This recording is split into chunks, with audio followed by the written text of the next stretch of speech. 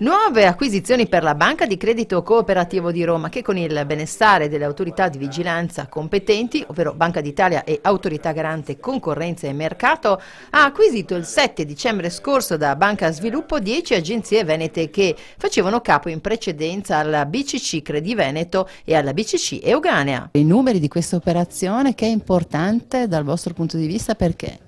Dunque è importante perché consolida la nostra presenza sul territorio veneto, che ci ha visto già attori da 3 anni con l'acquisto delle filiali dell'Alta Padovana, una operazione, quella dell'Alta Padovana, che ci ha dato molta soddisfazione perché abbiamo visto che il territorio ha recepito il nostro vero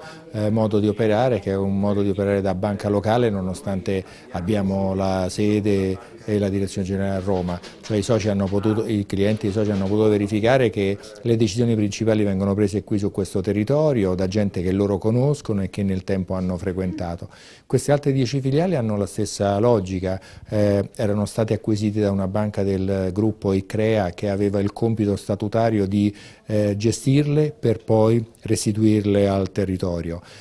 Sono state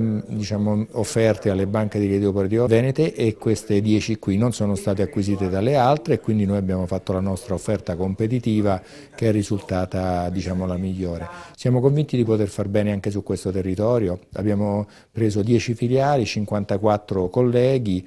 masse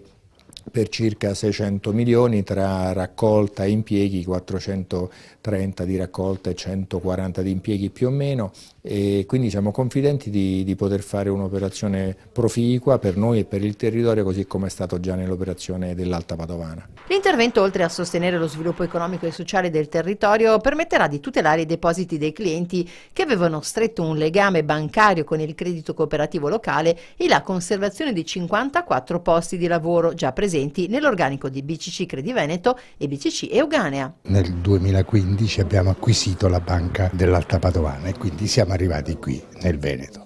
Poi la Banca Sviluppo, che è una banca dell'ICREA, che ha nel corso di tanti anni acquisito banche di credito cooperativo e quindi sportelli di banche di credito cooperativo, ora li deve restituire alle consorelle. Noi abbiamo concorso all'acquisizione di questi 10 sportelli e siamo ben felici di averli acquisiti, tenendo presente che la Banca d'Italia imponeva, per fare le sedi distaccate in questi territori, imponeva l'acquisizione dei soci. Ebbene, noi abbiamo avuto il piacere nel mese di luglio e di agosto di acquisire 900 soci, non soci, nel senso 900 istanze per diventare soci. E adesso dal 7 di dicembre abbiamo iniziato l'operatività di questi 10 sportelli. Negli ultimi 3 anni poi la banca ha destinato circa 650.000 euro per attività di beneficenza a carattere sociale in Veneto. Per noi è un grosso piacere ogni anno distribuire il 10% dei nostri utili agli aspetti sociali dei vari territori nei quali noi operiamo. Un altro fatto, abbiamo ormai da tanti anni capito che quando abbiamo iniziato l'attività in un territorio siamo subito o quasi percepiti come banca locale.